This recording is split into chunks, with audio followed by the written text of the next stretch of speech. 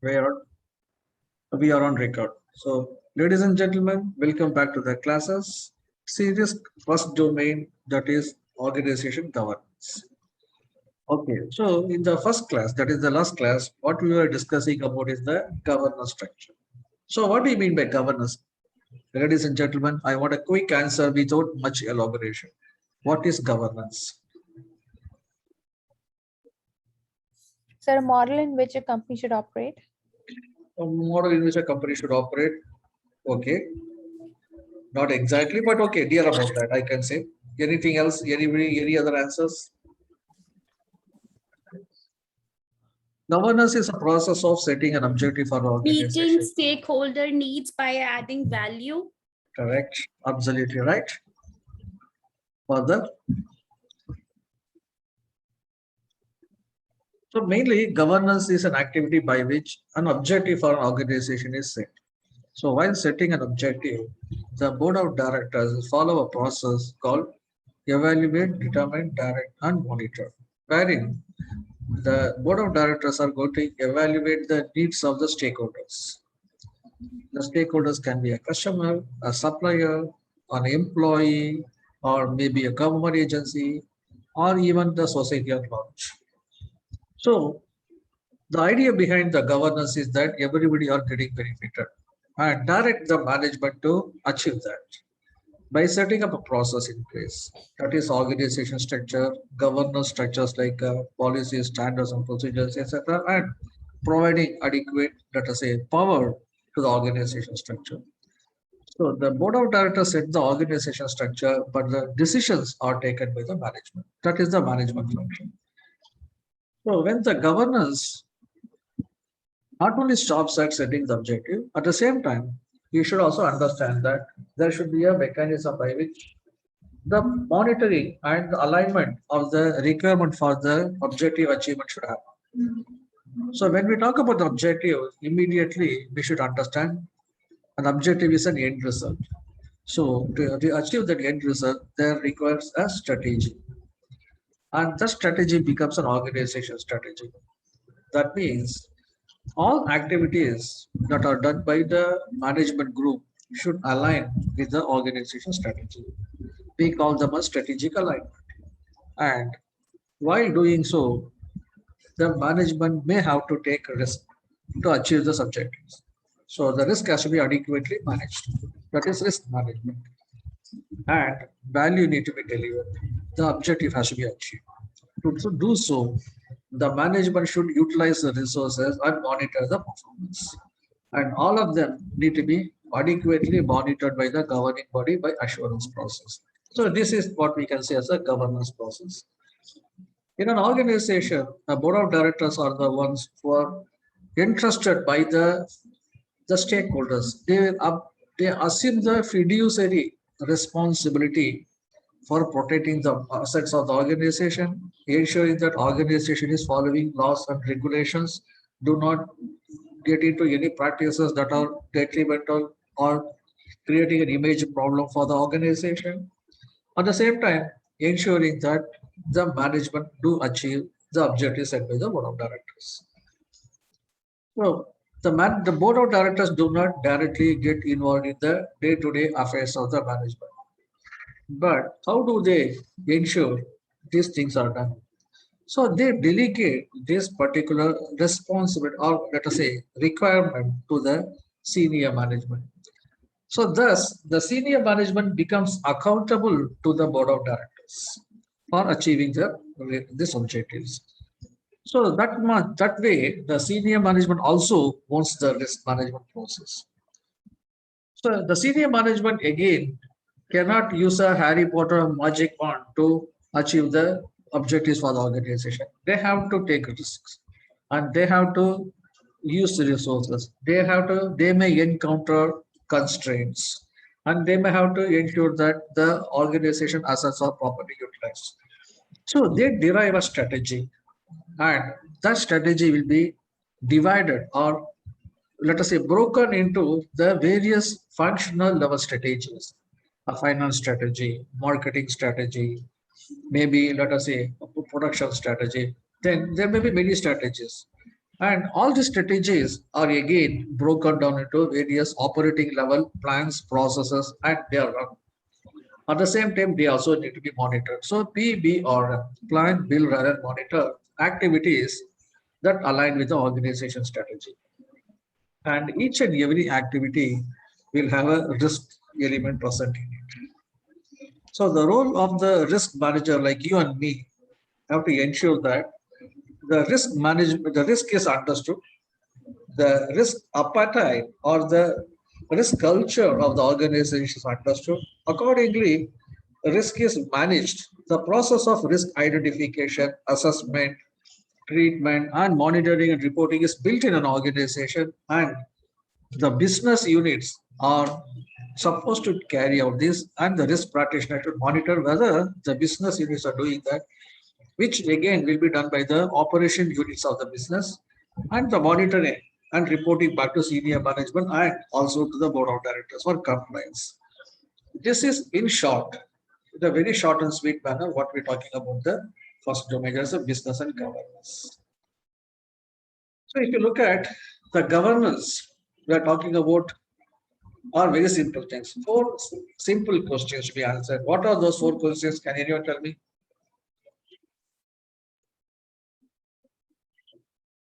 Yes, Are we please. doing right things? Are Okay. we doing them the right way? Are we Perfect. getting them done well? Perfect. Are we seeing expected benefits? Perfect. So these are the four objectives or the four answers to be four questions to be answered. And this need not be at a higher level. Every level, including the operation level, these questions can be asked and can be answered. This is just simply in the normal sense, what we say in our normal life, we call it a simple common sense. So if you have the sense is there in the business, it will be automatically delivering the results. Yes, sorry about it. Okay. So now, at the same time, we also understood about the strategy, goals, and objectives. Yesterday, previous day's class, we also understood about the strategies of the organization. So the strategy archetypes is what we saw. Like, how do we define the strategy archetypes? What type of a strategy an organization adopting? Is it a growth or acquiring strategy, mainly focusing on growth, or focusing on product innovation or differentiation, ensuring that your product stands apart in a crowd like an Apple?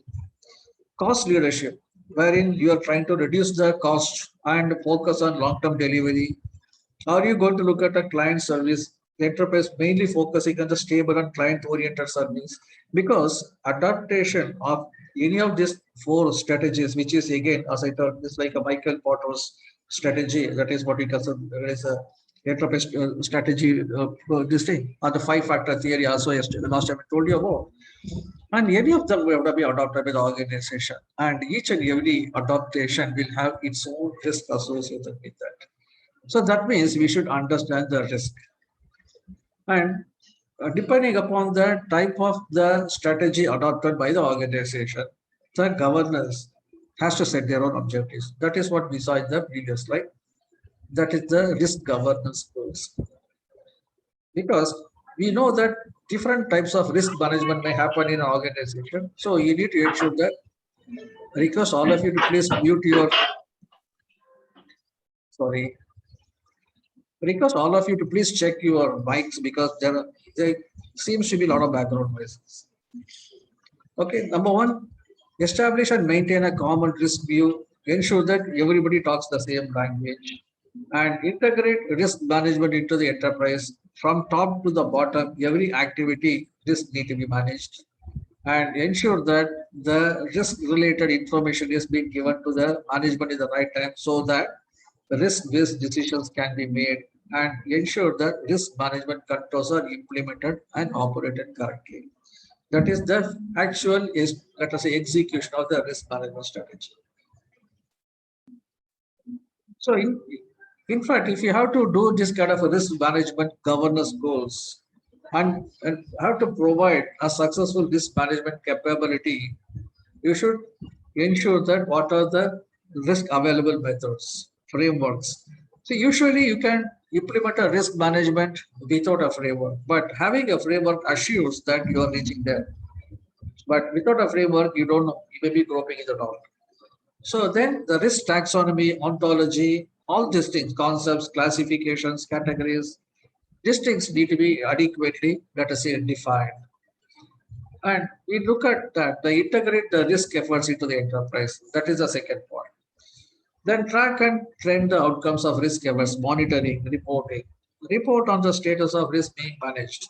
Everything is required for you to have a complete understanding of the risk. At the same time, you should also understand the context of the IT risk management. When you say context, what do you mean by? Can anyone tell me? Can you anyone give the definition of a context?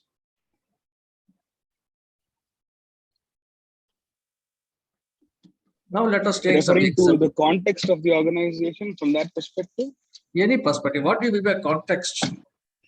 the requirement. What is the Requirement. objective? The objective Okay. or the goal? Okay. Let take a Steve. Let me take you as a Steve as a person. Now, for me, Steve, you are a student now, right? Am I right, Steve? Yes, sir. Yes, sir. Yes, sir. I'm listening. Now, for all the people present here, you are among the students, among them, you are a kind of a friends among them. For in your organization, for people whom they are reporting to you, you are the boss. For your boss, you are a subordinate. For the same people in your rank, you are a peer.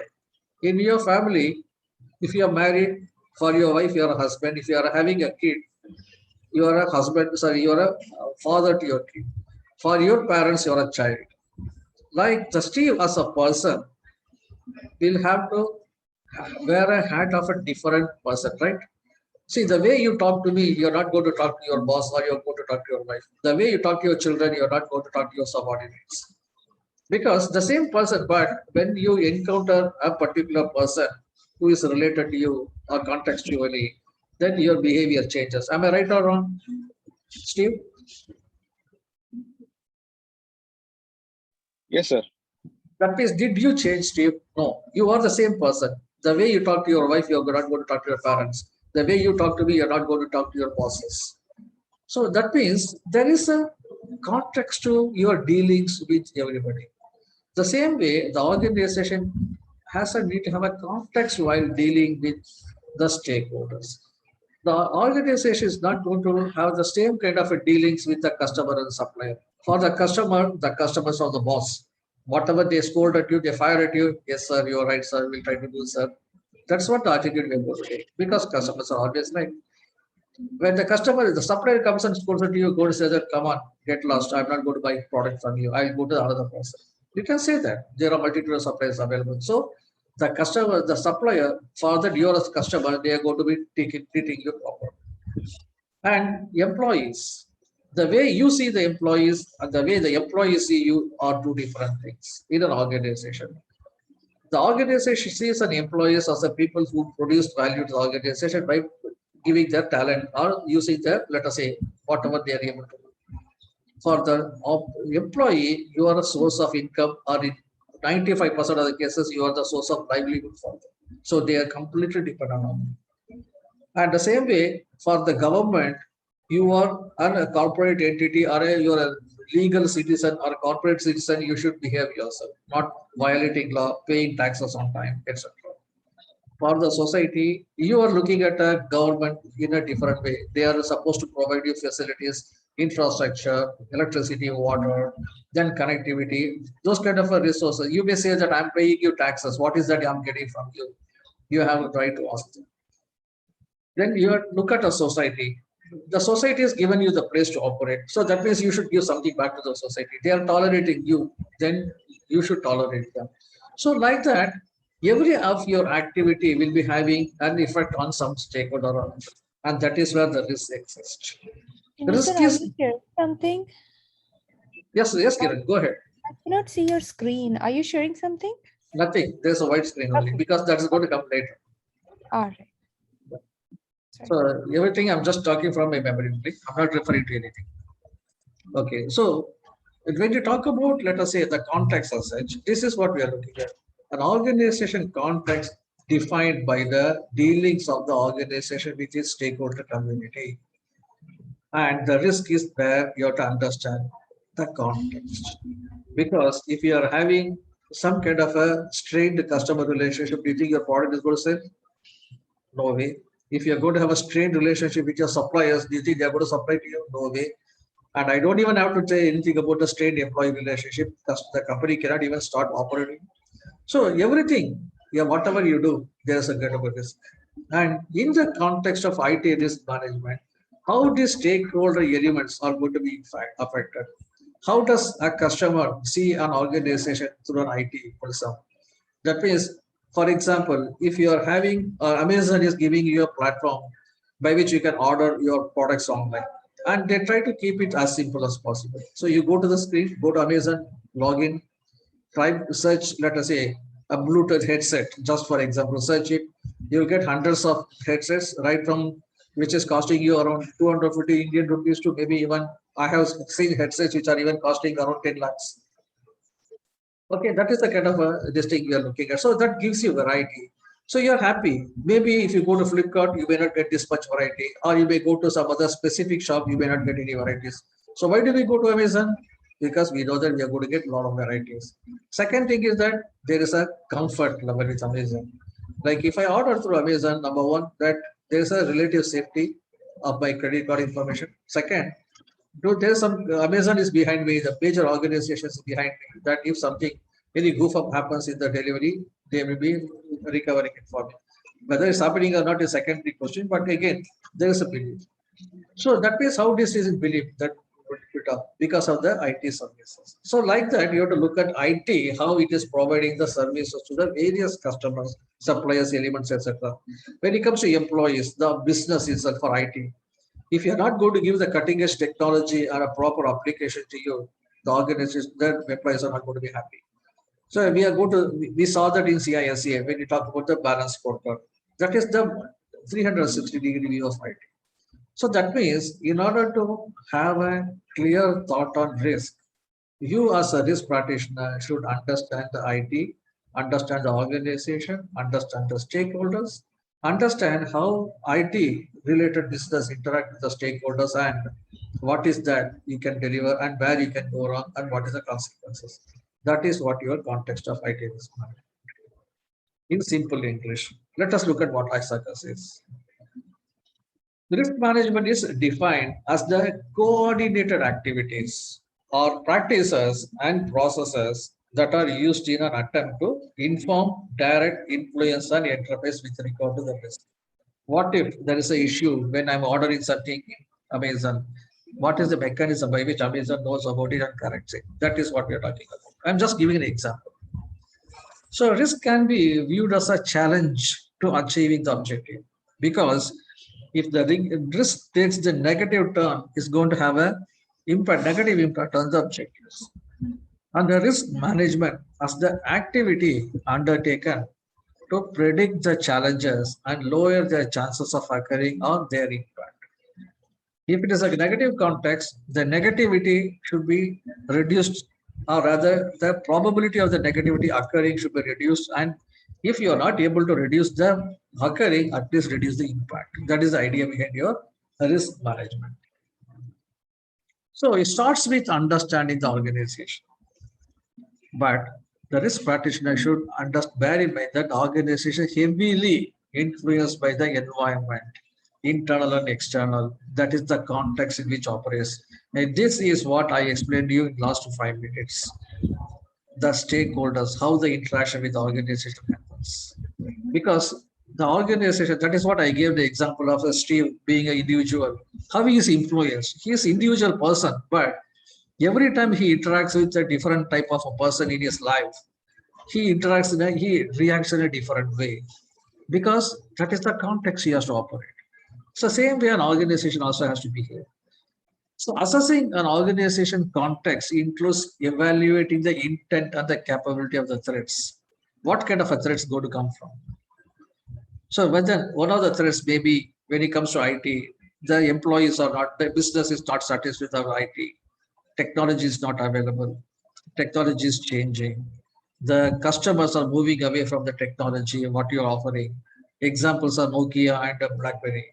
Then again, then maybe technology is insecure. The employees, the customers are not happy with the kind of technology you're offering. And suppliers, when it comes to supplier and technology interaction, how much you can, let us say, rely on the third-party suppliers, service providers. The threats the service providers may bring to your organization, and the threat that your provision and the third-party service provision may not compatible to each other. And when it comes to legal and regulatory in context, I don't even have to say that. Right from Sarbanes-Oxley, CCPA, GDPR, PCI DSS, HIPPA, everything I can talk about. So assessing an organization context include evaluating the internal capability of the threats, the relative value of assets or resources. One thing is about the threat, second is about an asset. What is that you're having that could be compromised? And the trust that must be placed in them. Because you please understand that when we talk about the PPT, it's not just PPT I'm saying, it is the people who are as asset. That asset brings knowledge and expertise, which is invaluable. You say knowledge and expertise, which are invaluable. And they use this in exploiting the, what you can say in a positive manner, the processes. They use this process, and this process will in turn exploit the technology to deliver the result to the business. Any one of them getting compromised will have a risk on the organization. So this is the value of the assets or resources and the trust that must be placed on them. So this is the what kind of a trust you're going to place on your PPT. That depends upon the value, the each and every element of PPT which that brings to your organization. Of course, every employees are going to be treated same as a human being, but it is possible that a network security administrator may be valued more than, for example, a data entry operator. Why? Because this is a job that can be easily filled with a very minimal training. This is a very, very niche job for which you do not have resources available. This is what we can talk about, the relative value and the trust that must be placed. We need to have a very highly skilled person over here and not so skilled person here. Again, both are assets. And if this person is compromised, you are going to have a specific type of a risk. If this person is compromised, again, you are going to have a specific type of a risk. And the processes, if the process doesn't have controls, the process is not properly designed, the processes are not achieving the business value, again, the process are going to consume resources, at the same time, you're not going to get the benefits. And technology, your technology may become obsolete. The technology may become having issues. We can say 0-day vulnerabilities. Then technology may not be utilized properly. The technology may be so complicated that you don't have the resources to operate the technology. And technology may have, let us say, may be exploited by, let us say, outside agencies. See, there are many risks or many exposures and vulnerabilities that can be identified on the assets. And the presence and the extent of vulnerabilities, that also we saw that. And that might be exploited to intercept, interrupt, modify, or fabricate data in the information asset. Information or the information asset, that is data and the PPT. This is what you have to. So when you talk about the assets, you always talk about the PPT, but one thing you should add is that the T also will contain data, the information, because information is also an asset, most important asset. So delivering a successful risk management capability. So this is something which every organization or every risk manager is free. So to do that, number one, consider the available methods, models, and frameworks that best align with the enterprise. See, as I told you right in the beginning, yes, you may go for a, let us say, risk management effort in an organization without having a framework. Doesn't matter, but having a framework helps you. And nowadays, most of the frameworks are free, so you can use that. So consider available methods, models, and frameworks that best align with the enterprise. So what type of a kind of organization you're having, and what is the one which best aligns with you? And define the risk taxonomy. See, this is what we are talking about. What you talk about risk taxonomy, how the risk is classified. So what do you mean by high risk? What do you mean by a medium risk? What do you mean by a low risk? Why this taxonomy is very important? As I told you, IT risk management is not the only thing which is done. There are other like strategy risk, marketing risk, then we have finance risk, then you can production risk, legal. There are many risk management activity that goes parallel in our organization, which to be culminated as a enterprise risk.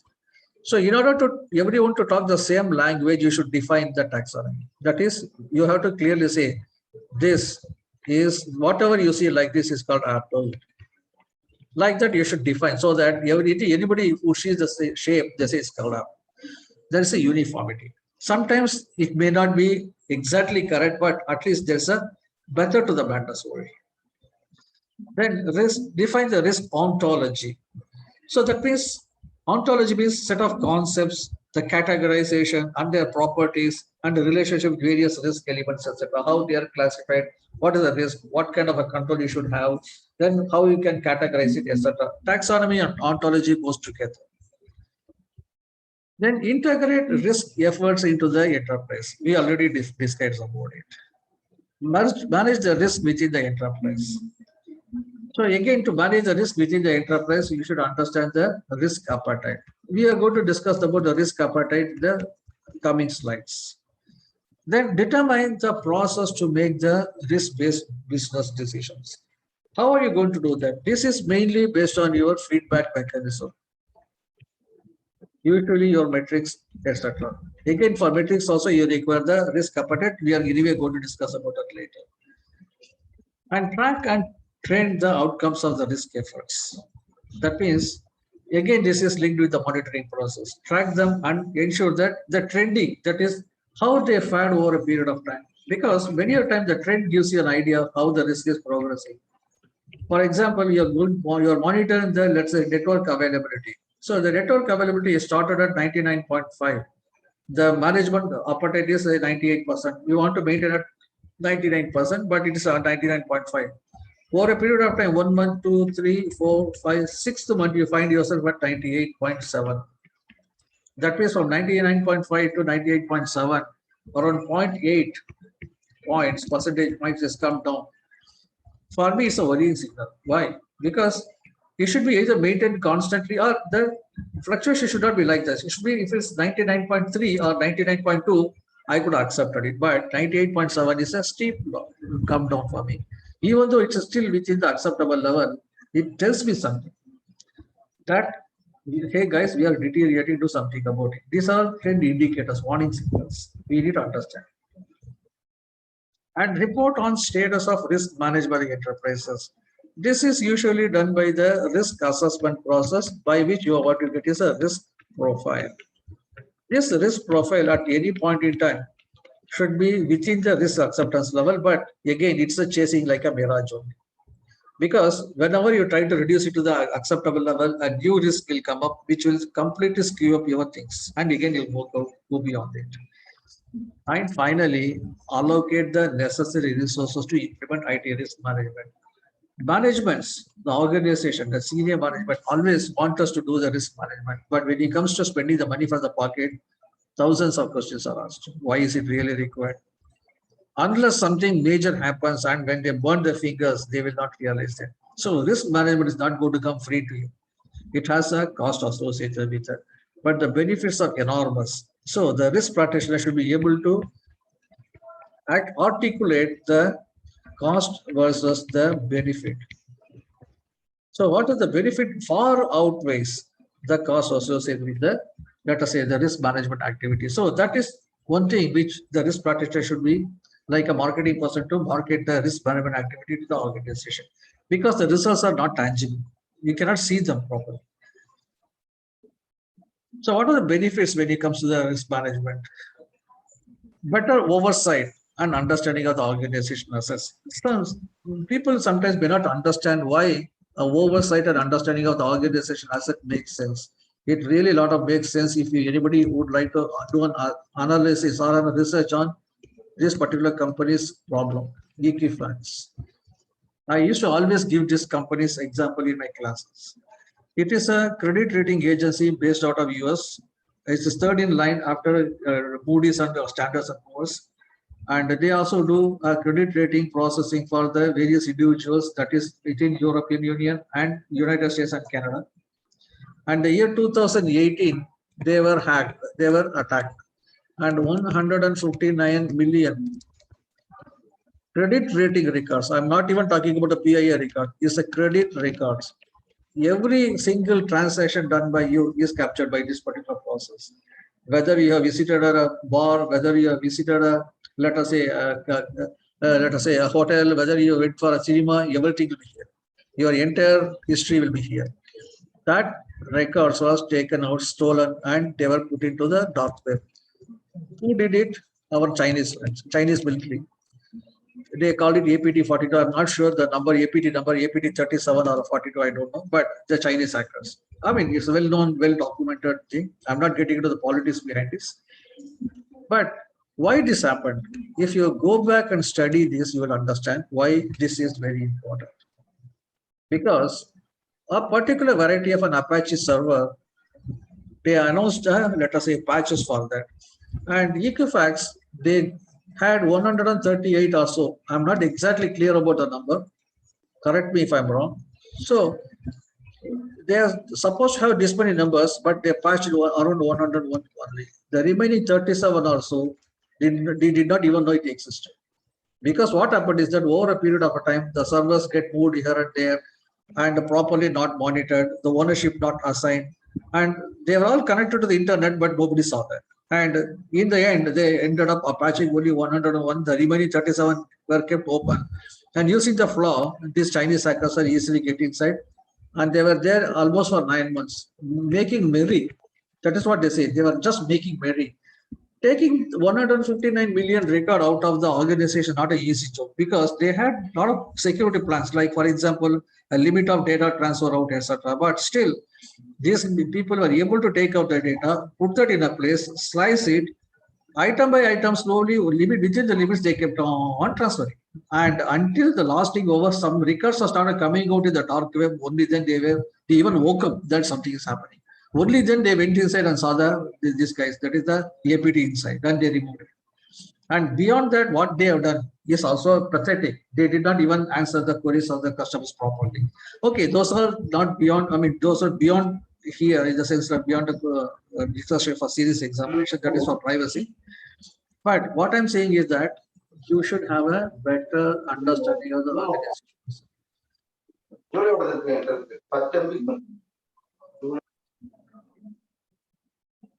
Okay, so better oversight and understanding of the organization asset and reduce or minimize losses. So once you know that, yes, I do have this exposure, if same thing, if Equifax has known that these 37 elements are there, they would have patched it, that means they would have reduced the losses, or the loss would not have happened. Then identification of threats, vulnerabilities, and consequences of a proactive basis, prioritization of risk response. Just this go through, because we say the long list, holistic basis for approach of a legal and regulatory compliance, increased likelihood of project success, improved performance, greater stakeholder confidence, creation of a risk-aware culture. Like that, you can read all of them.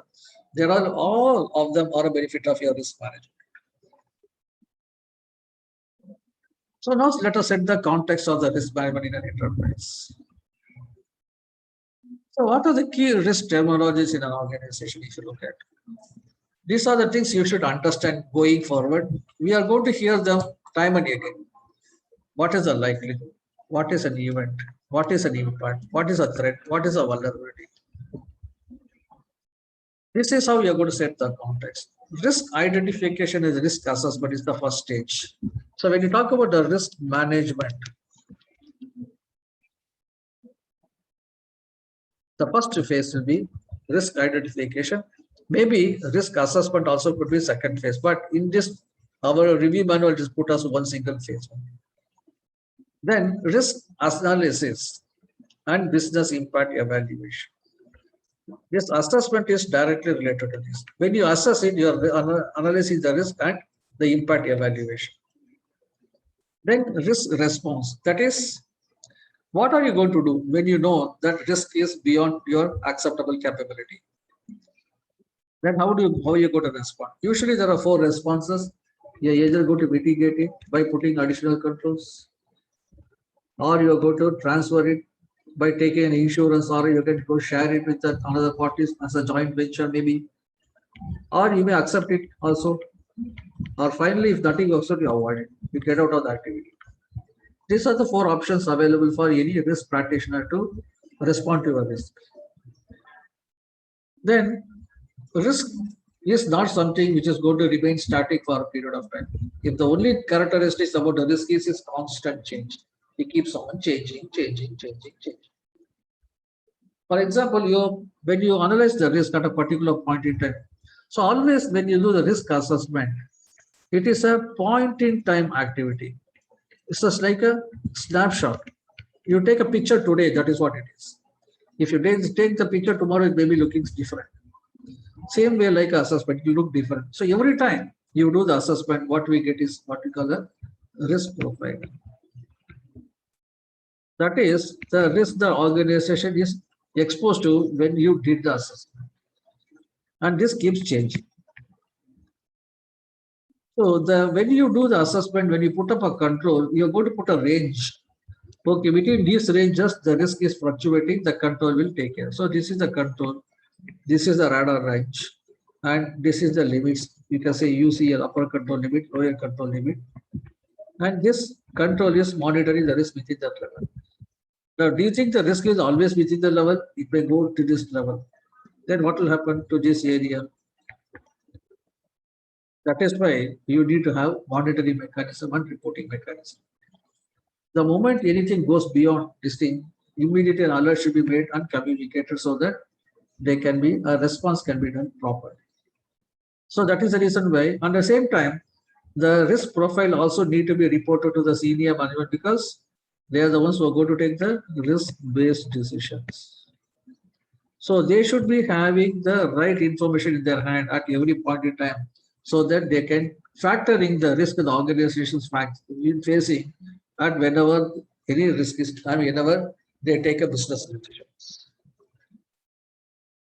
So the communication is the most important thing when it comes to the risk management activity, because the communication should be both the ways. The policies and the standards by communicating the risk appetite from the senior management, and the feedback mechanism, the metrics of the current risk level, risk profile, etc., from the operations level to the management.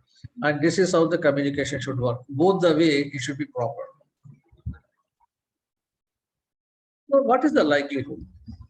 Likelihood is a probability of a threat acting on a vulnerability. Or we can say frequency. How often events occur in the given set time period?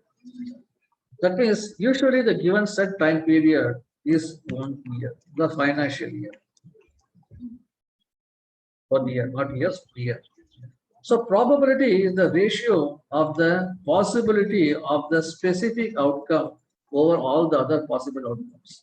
This is slightly confusing. This is a statistical definition, so ignore it. We are not going to worry about it. So what is an event?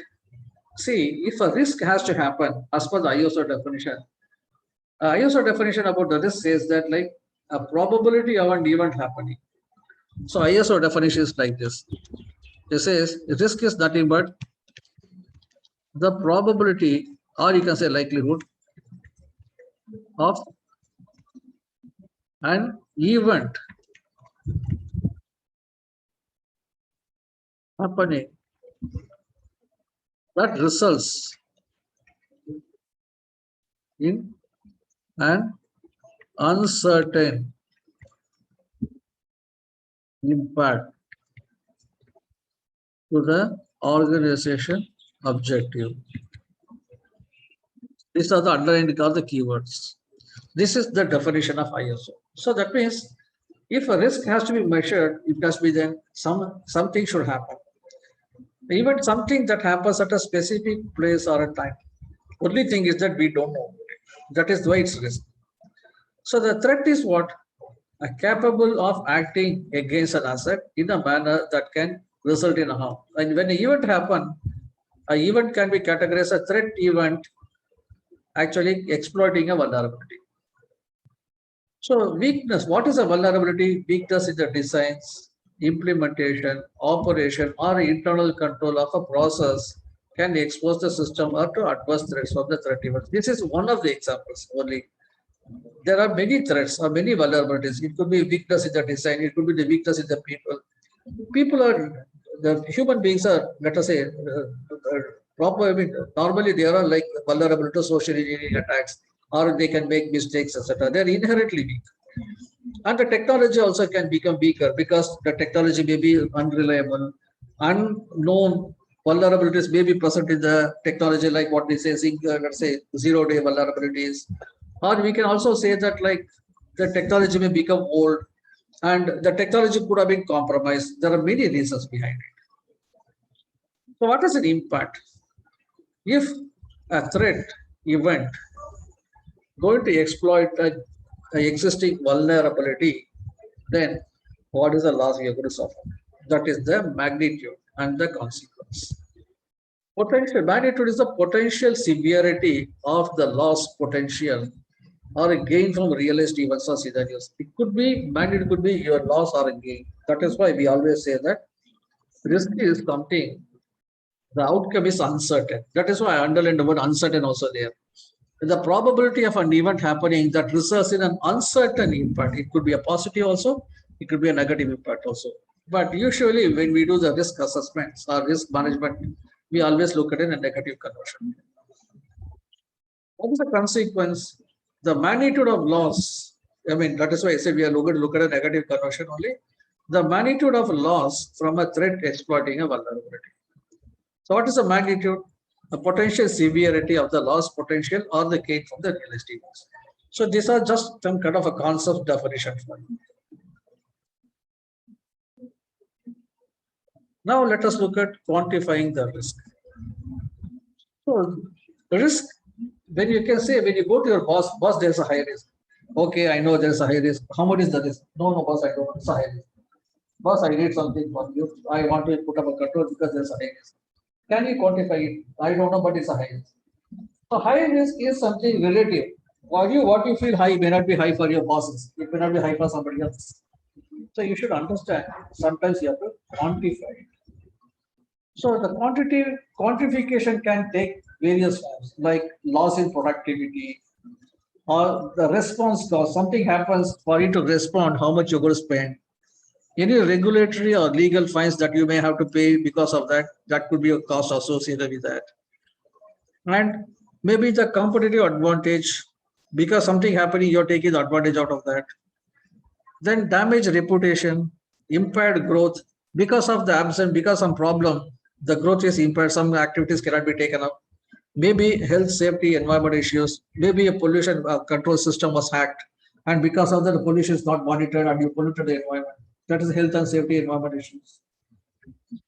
So it is easier for the manager to set a monetary value of total losses that they are willing to incur, like a risk appetite. So it is, see, monetary value is always going to make sense because you know that what is the cost benefit there. But please understand that not in every case you can set up a monetary value. So just a minute, please. I think I want to request all of you to keep checking your mics on a regular basis. Sometimes you unmute it, you don't know about it, so there's a background noises. So when you talk about the risk management or quantification of the risk, as an added benefit, it is easier for the managers to set the dollar value of the total losses that are willing to incur. For example, how much I can take up. This much loss, $10,000 I can accept.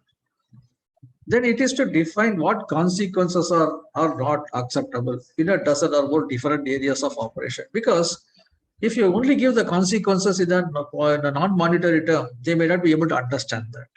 And they are not able to take a decision on it. So awareness of potential losses associated with the risk also helps with deciding how to respond to risk beyond acceptable levels. So this is how you have to think about quantifying the risk. So now let us look at IT related risk relative to the other major categories of risk. So this is what we are talking about. the first class also I was emphasizing to you. See, if you look at in a business or a enterprise risk management, there will be a separate activity for the strategic risk management, that is developing a strategy, future strategies, etc. And environmental risk, market risk, credit risk, operation risk, or compliance risk, and so many other risks. But everything can be related to their information and related technology risk.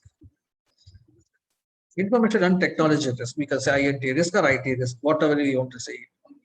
See, if you look at when you say strategy, how an organization forms a strategy. When you say strategy, what it is how to achieve the desired state. What is the desired state? The desired profitability.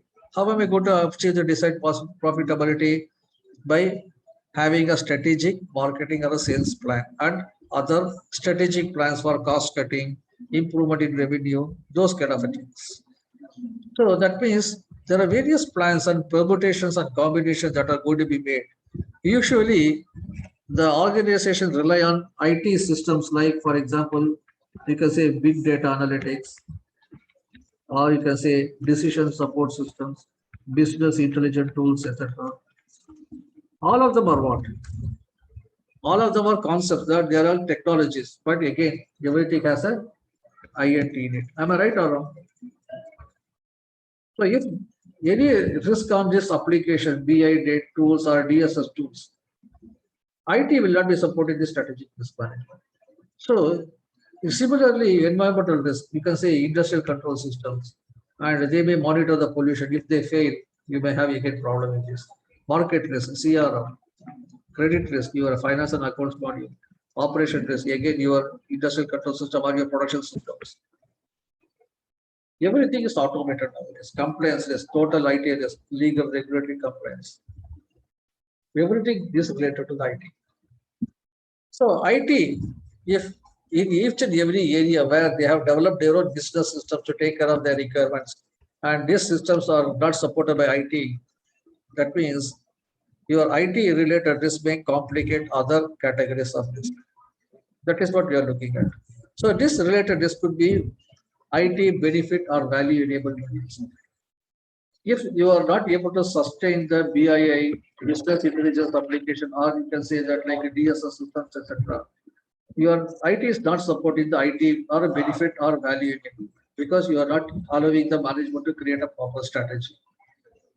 Program project delivery risk means at the end of the day, IT is not delivering program on time, so that because of that organization activities suffer.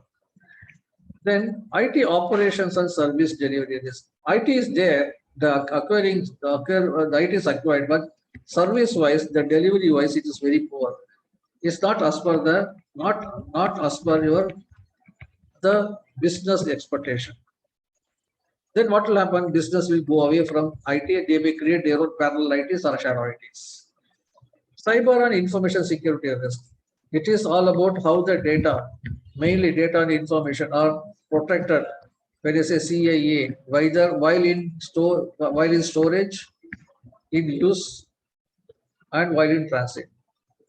So that is what you can say: information security and cyber security. So all of them need to have a direct relationship with IT. So if IT risk is not adequately managed, you can feel the ripples in every areas of this particular categories.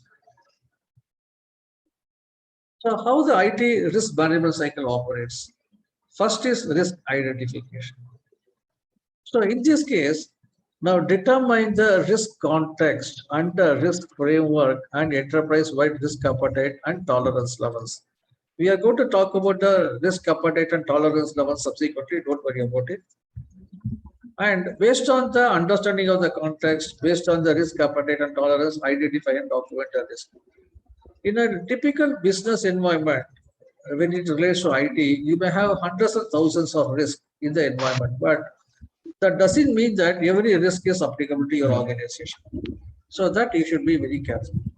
So only those risks.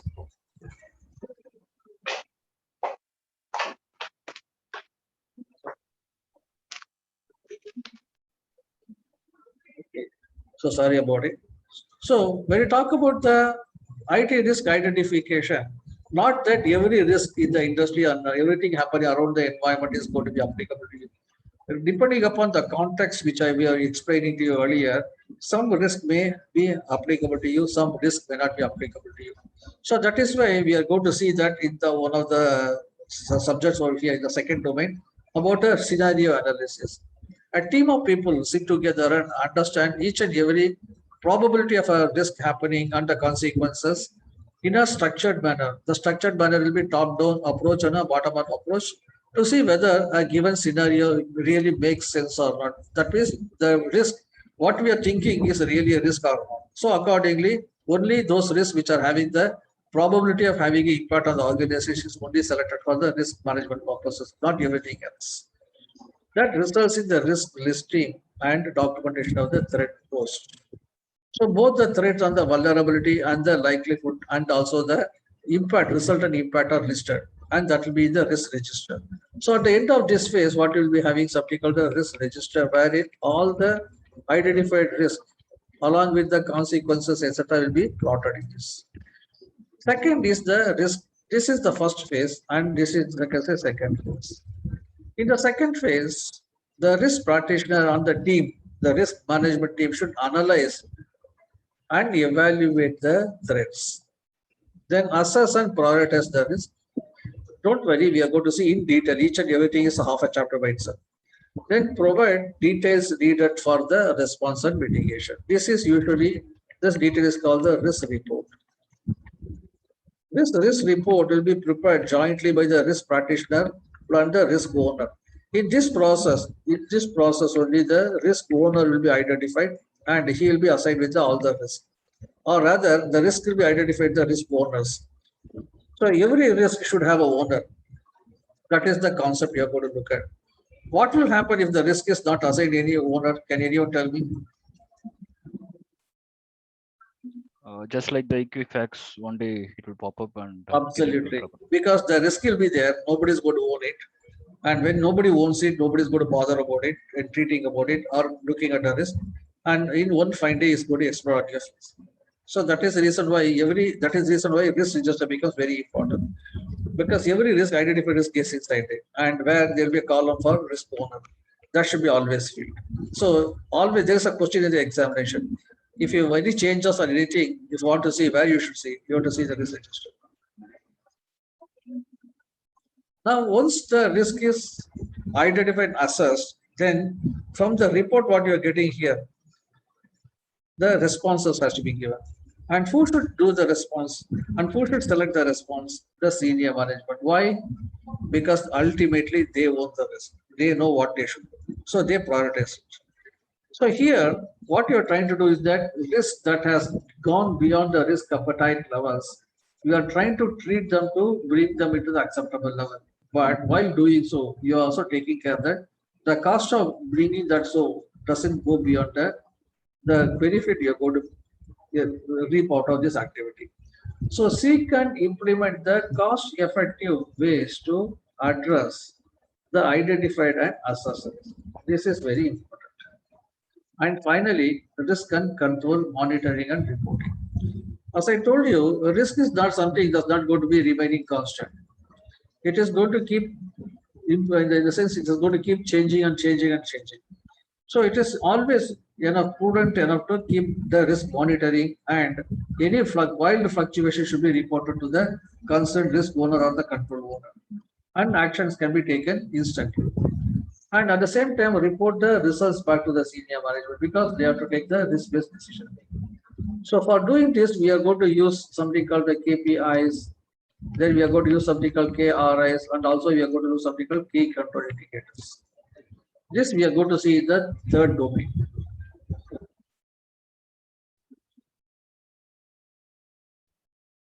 Now engage in the senior management. Why should we engage the senior management?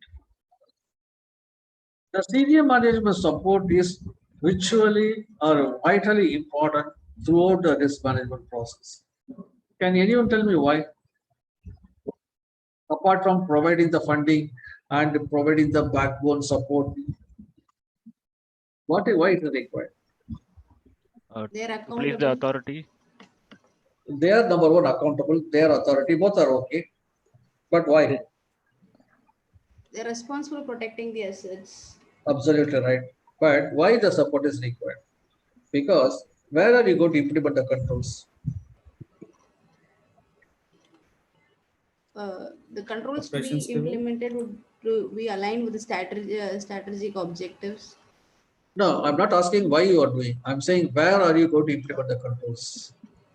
Sir, it is basically the top-down approach that from the senior management down below the lower levels, everybody will start hearing and understanding and listening if the senior management supports a issue. So That's right. just Yeah, I do agree, Colonel. Yeah, that is why we have the policies and standards. But apart from that, apart from setting up the policies and standards, the support of the senior management should be there. They can say that I have made the policy, just look at the policy, don't come to me. Can they say that? no, sir. Why should they not say? Because you, as per you, they are the ones who are promulgating the policies. They have communicated the requirement. They have made the order. It's with everybody. But still, do you think that the organization is going to comply with that? I am the risk practitioner. I am going to the department. I am trying to implement a control. As a risk practitioner, I may not be higher in the organization hierarchy. The business process manager or the CFO in the financial system may be a very hierarchic official. He says, really come tomorrow, I'm not going to do today. What can I do? I don't have the support because I'm outranked. That is where the management should intervene. They should ensure that they back the risk management team properly. If things like that happen, the CEO come, CFO say that Srini is going to come, better help him today itself because this is very important. That guy will shut his mouth and cooperate. Am I right or no? Yes, sir. Because the controls are going to be implemented in the business process. And the business, whenever you implement a control in a business process, what's going to happen? There is going to be a visible effect on the business process, going to slow down. It's like a brake in a car. Why do we need a brake in a car? Do you think the driver doesn't want to drive the vehicle? You have to keep on pressing the brake? No. The brake is there to regulate the speed. The moment you press the brake, definitely the vehicle is going to slow down. But that slowing down is required because there is an obstacle in front of you. You have to stop the vehicle. But usually the real life sense in the business processes, the business doesn't bother about obstacles. They just keep going on. But the risk practitioner should worry about obstacles. So you have to put a brake there. And that is why the business process don't like it because the speed comes down.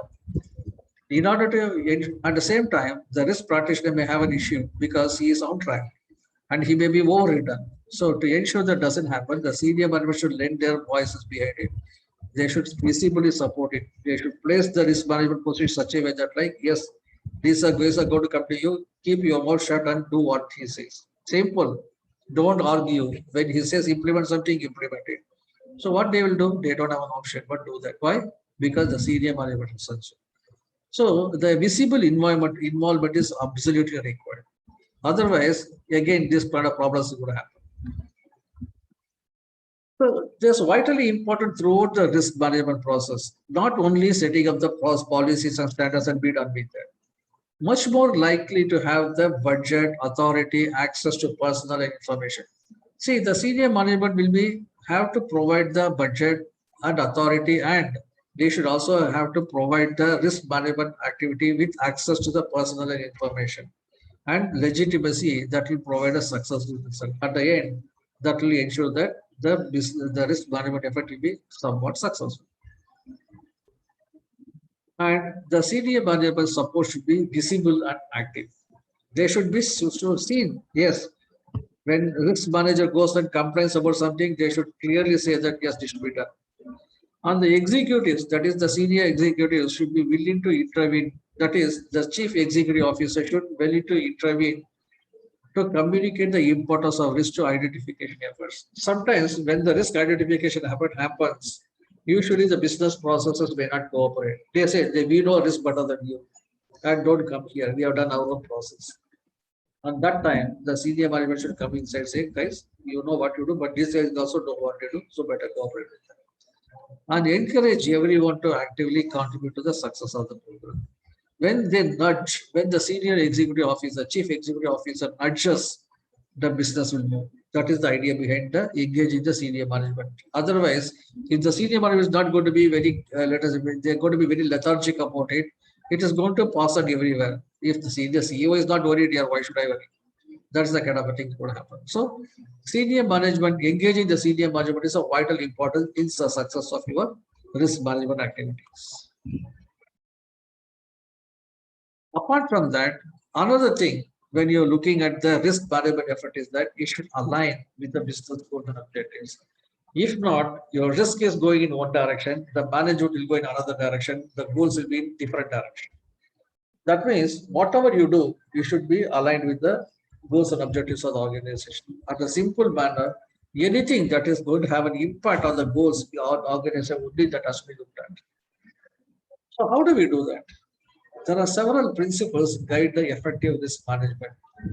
Maintain the focus on the business vision, goals, and objectives.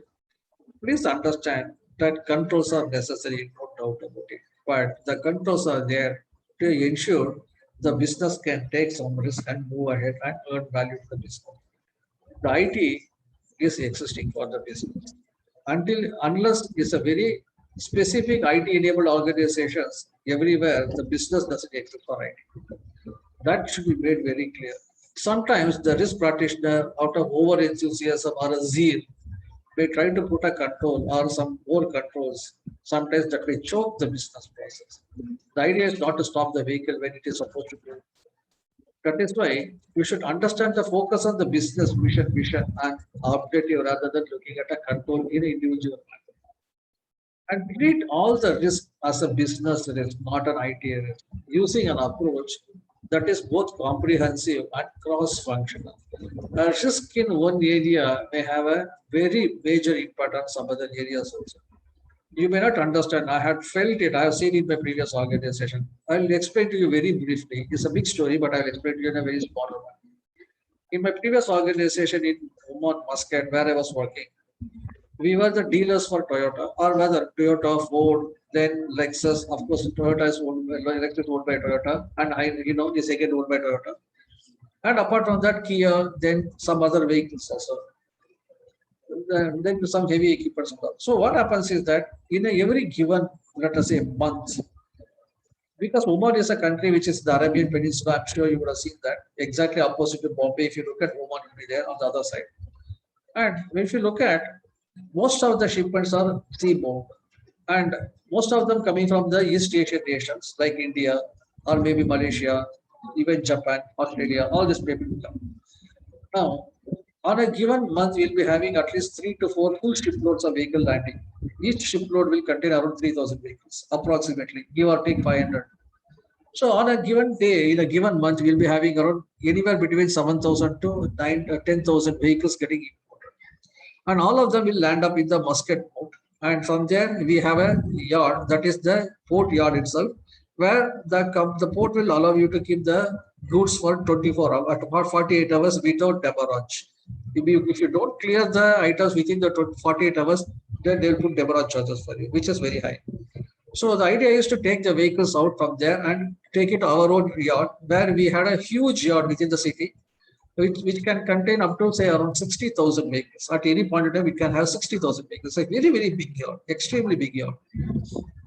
And then apart from that, another place also we have another yard which can take up to 40,000 vehicles. So, and into each and individual showrooms and the head office also can take up to around 2,000 vehicles, and individual showrooms can take up to maybe around 50 vehicles as a storage. So the storage of the availability is not a problem. The question is that the moment ship lands there, docks there, within 48 hours, it has to be, the paperwork has to be done. The vehicle has to be taken out of the port. That is the problem. That is the issue. And it can be brought inside any of the yards. The problem is not there. We have something called a landed cost calculating application, which is a separate application not linked with our ERP system. And that is kept separately because of the confidentiality of the selling price or the margin which we keep. And only few people in the company who operate that, they know what is supposed to be done and what is the margin they work on that. One of the person is a senior level manager in the accounts department who manages that application. It is a standalone application. And suddenly one day something happened, the application got corrupted. Of course, backups and everything are available, no issues about it. And he was not able to retrieve that application, and he complained to IT saying that, hey guys, I have a couple of ships landed and I want to calculate the landing cost, and the system is not working. IT, what they did is that they were working on some visualization projects and they were having their hands full.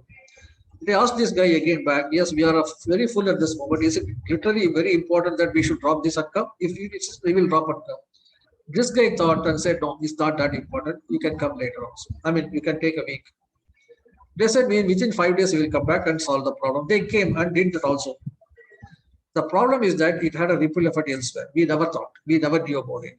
The sense that in Arabia, at least in Oman market, whenever the vehicles are sold, most of the people, the sheikhs and all those wealthy Arab people and all, they are very much interested in vehicles like Land Cruiser. And there's a pickup called Hilux pickup in Toyota, which is an extremely high selling model, Toyota Corolla, Camry, then Lexus. Lexus vehicles are hot cakes. The moment it comes, it disappears. So there's always a demand. So there's a vehicles which always every month they come, these sales people, marketing people, they keep coordinating with there's a particular department called divisional office, which coordinates with the Toyota head office and arranges the goods. They're like a logistics, a higher level logistic people. And the moment the ship is into the sea from any of the port, immediately the details of the landing, or the entire, let us say, landing list or the packing list comes to the divisional office, which gives it to the sales and marketing people. With the VIN number and the chassis number, these people will go to the clients and show that yes, the vehicle is already in the sea, and it will take maybe around 30 days to land in Oman. And they will say that from that day, 10th day, we can give you the vehicle. And these people will what they do on that basis. And when this particular packing list comes into the given to the, let us say, the delivery divisional office, they give a copy to the senior manager accounts who have to calculate the selling price. And using that, this person loads that into the application, applies the margin and creates the selling price and uploads. And with that, an Excel sheet is uploaded into the ERP package, which gives you chassis number wise what is the vehicle landed cost. Sorry, the vehicle's sales price, not the landed cost. Only the sales price will be given there. And the selling price will be visible to the marketing people, sales and marketing people. With that, they will keep a list of that. We go to the customer. This is the selling price. And the customer taking the selling price will give a request for quotation or a purchase order. And on that basis, we will be giving, or our company will be giving a pro forma invoice. On that pro forma invoice, these people will approach the financial institution and banks. They will arrange for the loan and everything will be ready. All the paperwork will be ready. The moment the vehicle lands in the listing, immediately they will get the loan sanction and the LPO, the purchase order release, and the vehicle goes. Now, in this case, what happened is that 3 ships for which 10 days this guy did not update the selling price.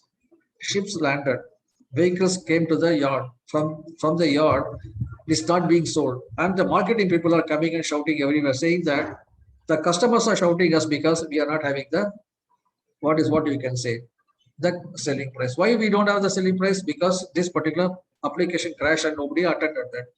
And what happened because of the selling price is not there? We are not able to give the pro forma invoices because of the customers are not able to approach the financial institution and they are not able to get the loan. Vehicles are inside and we are not able to move the vehicle to the showroom and to the customer. Because of that, there is a lot of stock already got inside the vehicle and the next lot is coming in the ship. We don't have the space in the yards. We have to store that in the shipping yard. That is the port yard, and you're going to incur a lot of damage. Nobody realized that not updating the selling price on time will involve not clearing the vehicles from the yard in the port, and because of that we are going to incur damage. None of us expected this. In fact, nobody knew about it. Only then we understood the entire process. That is what I'm looking at, because this is a pure IT issue. But again, IT is not the one to be blamed because they asked the management or the senior manager, if you want, we stop everything and come and do it. You want it? This guy said no, because this guy also did not know the complexity. So that is why when you do the risk assessment, understanding approach, you have to do a holistic approach. If that guy, the senior manager, should have asked the marketing people or at least the delivery office or divisional office saying that, hey guys, this is not working. IT says it will take 5 days. Is it acceptable? And that guy would have said, no, it's entirely everything depends on it. We want urgently. IT would have done it, but IT got a wrong instruction. So that is why treat all the risk as a business is not an IT risk because it had a very bad experience. We had to pay around some 27,000 reals. Each real is 180 rupees. Just multiply that. What is the fine we have to? What is the damage we have to pay extra? So that is what we are looking at here. So treat all the risk as a business risk, an approach that is comprehensive and cross-functional. The problem with the accounting related, let us say, how do you say, the invoice value or the sale price calculation had an impact on your demurrage, which is absolutely I mean, not even imagined previously. Then measure, yes, please. Yeah, sorry. So who was accountable in that scenario? Sorry. Who was accountable in that case for that issue? Accountability, I don't want to get into that particular thing because again, accountability is only the paper. At the end of the day, the accountable person is the senior manager in the accounts department who's supposed to do that. And the problem with that particular company, I don't want to discuss about it. This is untouchable. Let us leave at that point. He is an extremely influential guy. Nobody can say any word against him. Okay. Because he is So- also handling the chairman's personal accounts and he knows in and out all the secrets of the chairman. So chairman is also afraid of talking. Okay, so the senior management was responsible. They are accountable. They are said, of course, he is not a bad person or something like that. I mean, no action was taken against him, but he understood. Yeah, he apologized, said that, yeah, I did not realize that. Yeah, I didn't know. Okay, fine. I mean, the loss is lost. That's it. So, who is accountable? Yes, we have to understand the process. Such as rather, we can say that the process itself failed because nobody knew there's a relationship existed like that. So you can understand these are the risks that happen in an organization. So how much a loss? There's a big loss for the company for that. So the IT people, they were not at all responsible in that. No, scenario. IT did their job. No, they said, you're the business guys. Tell me, if I'm working on something which is, I feel that urgent. If you feel this is urgent, I'll stop and come. You said, no, you don't stop. You work on that. You come later, right? The business said, I don't want it now. IT has done their job. So IT cannot be blamed. They had a very good correspondence. They clearly said, this is yes issue. Yes, we know about it. There's a thing. But it will take some time. But we are engaged in this work. Our resources are here. Now, if you want, really, we stop at it. They said, no, don't worry, take your time. This guy returned a mail. No, it's not a big issue. We can wait for 1 week or 10 days. You come later. Then how can you blame IT for that? Okay. See, who complained? This guy complained it's not working. They said, okay, we'll fix it. You want to fix it today itself, or shall I fix 10 days later? I said 10 days later. What IT will do? See, that is what you said. See, the only thing is that the business should tell the IT, right? How IT will know the importance. Okay, so continuing with that, the measure IT related risk not only based on the impact of the risk that may on IT. For example, you may crash a server and the server may have to be replaced and the cost may be around say $5,000, $10,000. Maybe some more cost for implementing, etc. And that may not be the cost. Because the server crashes, it may take around 10-15 days for you to replace it. And what is the suffering of the business for the 10-15 days? Maybe 10 times or 100 times more than the cost of the asset is. And ensure that risk analysis considers the business and IT process resilience. See, not necessarily that every time you just imagine something, hey, this may happen, let me put a control. Whether any compensatory controls are available or not, whether resilience is there or not. The same previous point I'm talking about, a server may crash and there may be a risk that, okay, the process may not be available for 15 days. Then IT will say, boss, I'm giving you a standby server. If this fails immediately, there is a clustering there. Immediately the application will run on that other cluster server. Don't worry. And by the time I'll replace it, give it to you. That means the risk is to that extent reduced, right or wrong? That is the resilience. That is, I'm putting a backup process in place. Yes, I know this may have crashed. and I know very well about it. So that is why for all these critical servers, I have a clustering mechanism. So because of the cluster, if something fails immediately, another server will get automatically booted up and it will start running the process. You may have an impact for 10, 15 minutes. That's it.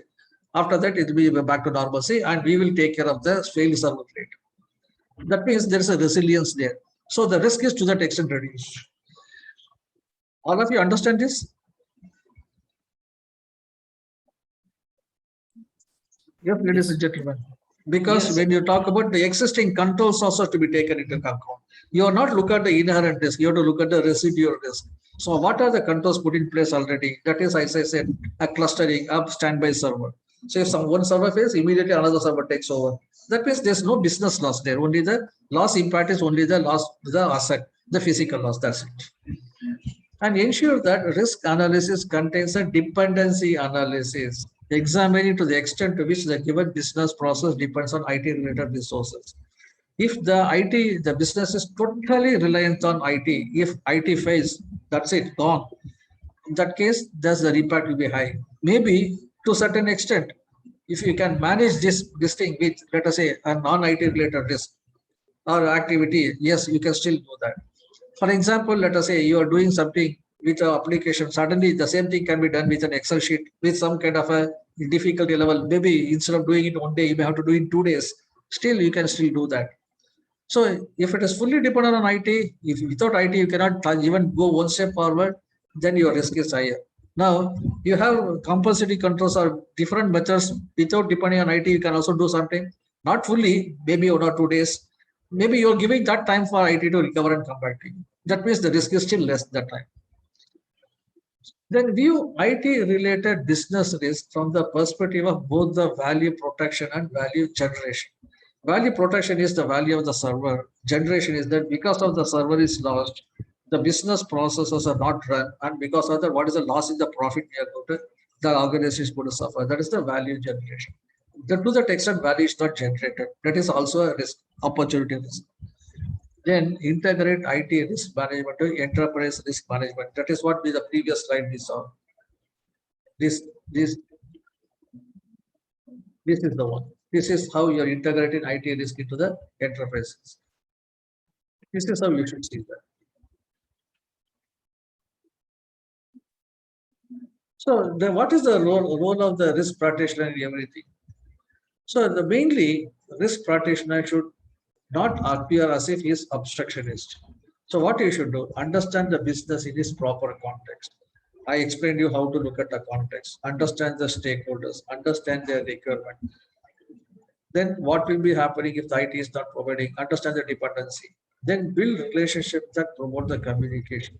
Most of the problems in case of the risk management, etc., can be solved by a proper communication. You don't tell the business process owner, develop a proper rapport. And it's not that they don't want control, they also want control. But again, they also more worried about what will happen to the business processes and how much they suffer. So go talk to them, try to understand their problem, listen and understand the defined strategy. Talk to them and try to find out what is creating the problem for them. If I put up control, what is that which is going to affect them? And they may really genuinely have a problem and understand that and try to give a workaround. And when you try to do that, believe me, you are not going to be looked as an obstructionist, but you are an enabler. So they are going to welcome you. Then listen and understand the defined strategy. Then be aware of changes to ensure that ability to respond accordingly. We all know IT is not something which is going to be constant. Every day changes to happen, patches are coming up, legislation will change, the business operations change, the way the business process are carried out will change. So you have to be very much aware about all these changes that are happening around you, so that whether that is going to have a change in the risk, whether the appetite or risk level, and accordingly you have to prepare for a counter. And create a culture that encourages open and informed discussion on this. This is what I said. Talk to the people, make them understand. This is not something which is a taboo to not to discuss. It's not something very big secret.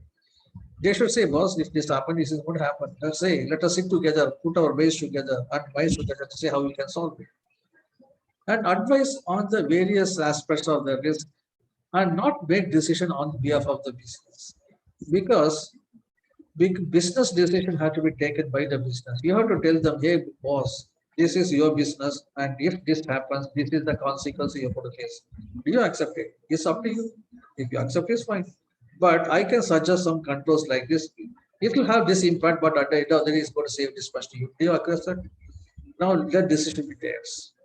Then secure appropriate technologies and business processes. See, some things which the business need not know, like technologies, etc., like protecting the servers, protecting the, let us say, the physical issues, then cyber security and all.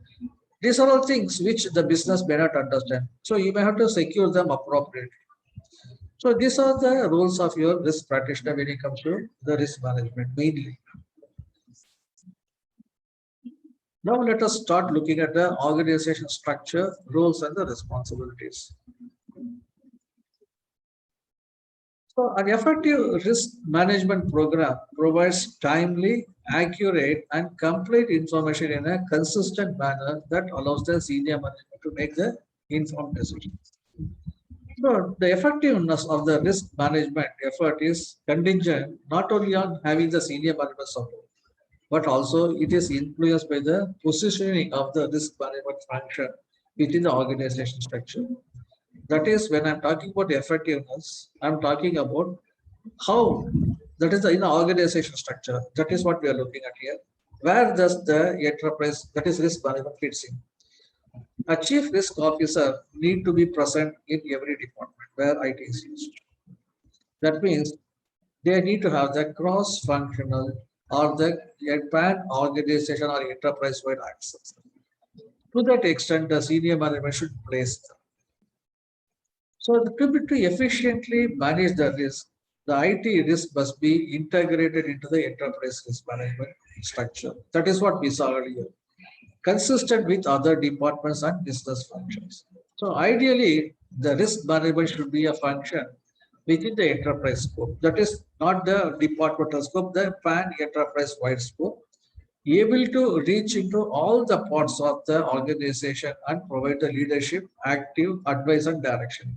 They should be having given the sufficient authority and they should be able to provide the leadership because they are the leaders of the risk management activity.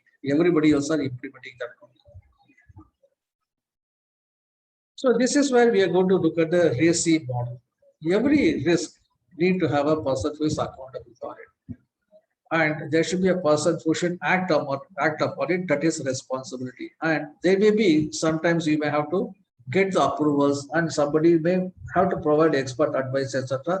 And those particular group can be called consultant people. And there are people who need to know the outcome and they should provide advice on it. There are the people called informed, like a senior management board of directors, etc. So when you talk about the RACI model, the responsible model, the stakeholder role defined as a responsible is like the person who actually starts to do the job. This is the person who should do the job. The person who actually does the job. And this is the role of the person performing the actual work and meet a stated objective. Whereas the person who is accountable is not the person who doing the job, but he is answerable for the outcome of the particular activity. At the same time, he is responsible for monitoring the work done by the person who is doing the job. So he or she may also play a role in the project and bear the responsibility for the project success or failure. So as a project manager, he may not be doing anything other than monitoring the project on a daily basis, but the failure or the success of a project will be debited or credited. But one thing you should understand when it comes to accountability is this, but accountability should not be shared and it should not be with a department. For example, the accountability should not be with the finance department. It should be the chief financial officer. It is not with Stephen. The Stephen is a name or Yadu Krishna is a name, not the name. It is the position. Today, Stephen is the CFO. Tomorrow, Yadu may take over the position, but the CFO is still responsible, accountable. Why should not share the accountability? Finger pointing. The one person will say that the other guy would have taken care, other guy would have said, this guy would have taken care, none of them would have taken care. So accountability to the maximum extent possible should not be shared. And when it comes to consultant, these are the people who are considered as a part of a project. Like they provide the input data, feedback or approvals, etc. Like a steering committee, the business process owners, etc. And they are consulted maybe from other departments, like or also from outside the organizations, like expert advisors, etc. When people who are informed, this who are informed of the status, the achievement, and of the deliverables of the task. And they are also maybe interested, but they are often not directly responsible for the work effort. They are the senior managers. They need to know the status because they are going to take some decisions on it. So this is the RACI model which you are going to be very. There may be some questions coming out of that, so you will be very careful about it. You need to have a good understanding about this particular model. So we just have an example chart over here. This is the risk management role here. So here, if you look at the task is collecting the risk data, the various roles are given here, senior management, steering committee. Then when you say committee and all, always the chair. When you say board of directors, it's not the board, it's the chairman of the board. The senior management, when you say it's not anybody, it's a CEO. Like that, you have to understand. And department managers are independent individual HODs and risk practitioner. So who is accountable for collecting the risk data? Is the steering committee. Then who's to do the job? It is the risk practitioner. And while doing so, he has to consult the department managers because that is where the data is available. And the senior management should be informed because they have to take the risk-based decisions. And delivering the risk report, whose responsibility it is again risk practitioner's responsibility. Indirectly, the accountability always goes to the steering committee. And the department managers need not be consulted because they should also get a copy of the report, so they get informed, and the copy also goes to senior management, so they are also informed. And when it comes to the risk responses, who should prioritize it? Always the prioritization is with the senior management. They are accountable for it. But while prioritizing, they may consult or they may assign this task to the department managers because the department knows their job better. So they'll give to them, they're responsible for it. So the departments, while doing so, may want to consult the risk practitioner because of the terminologies involved in it. So the risk practitioners are consulted. And the steering committee would like to keep informed about the status. So they are informed. So whose job is to monitor the risk? It is the steering committee because they are ultimately accountable. But where the risk is actually happening in the departments, the actual operations. Sorry. So who should monitor the risk responsibility? Sorry. Just 1 minute.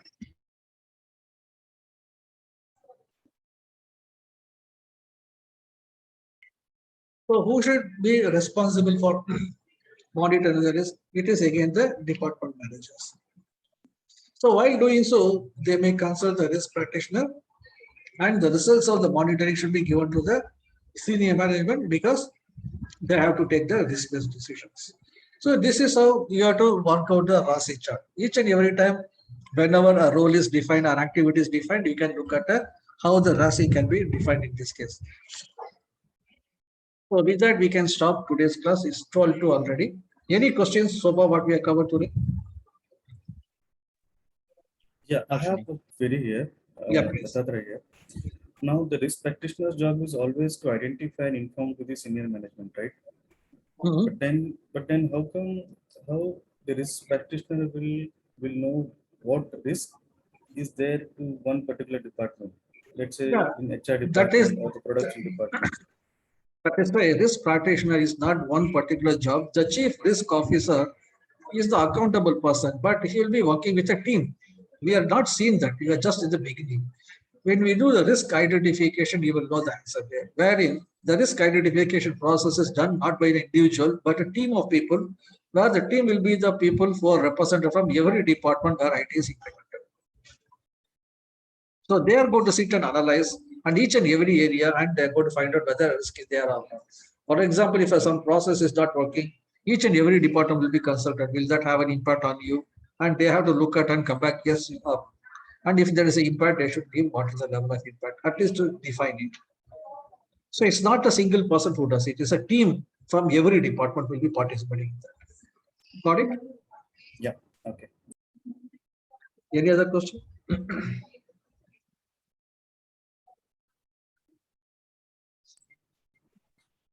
Okay, then ladies and gentlemen, thank you.